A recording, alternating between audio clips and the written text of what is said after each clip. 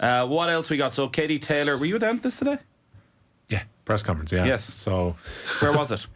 Was basically just beside Inchicore, and Eddie Hearn was holding court for basically all of the press conference. It's funny, for a guy who's a promoter, he kind of immaculately works between all of the undercard. Then they took a little break and they brought out Cameron and they brought out Taylor.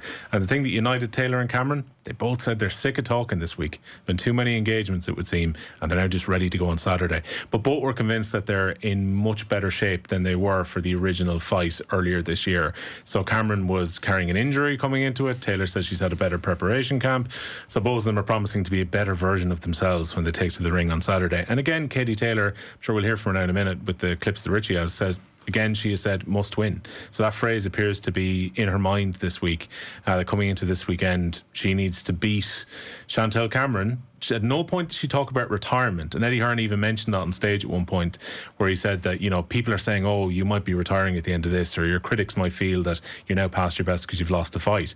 But Taylor was very keen to say, well, look, it doesn't matter about whether it's Serrano next or a trilogy fight potentially with Cameron. I have to win this Saturday.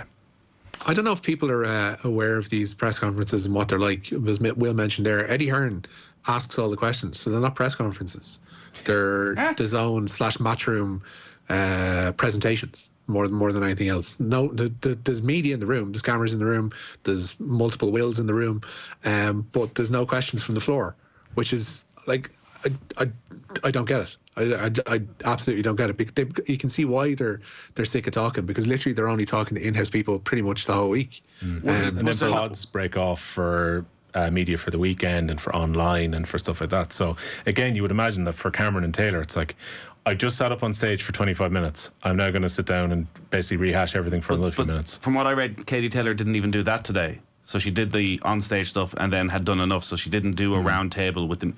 But even at that round table with the media, is Eddie Hearn the only person asking the questions, or do you get an opportunity there to ask? No, there's an opportunity to ask around at the round tables. Okay. But as you can understand, those who are on the undercards are more interested in getting their moment there as opposed to the moments on stage. Definitely with Cameron and with Taylor, you got the feeling that both of them are just sick of all the build-up. And even in Chantel Cameron's case, in the organised press conference itself, I think she answered twice or three times. There's maybe three questions that she answered during the entire time that she was up there. It was her coaching team who did most of the talking for her.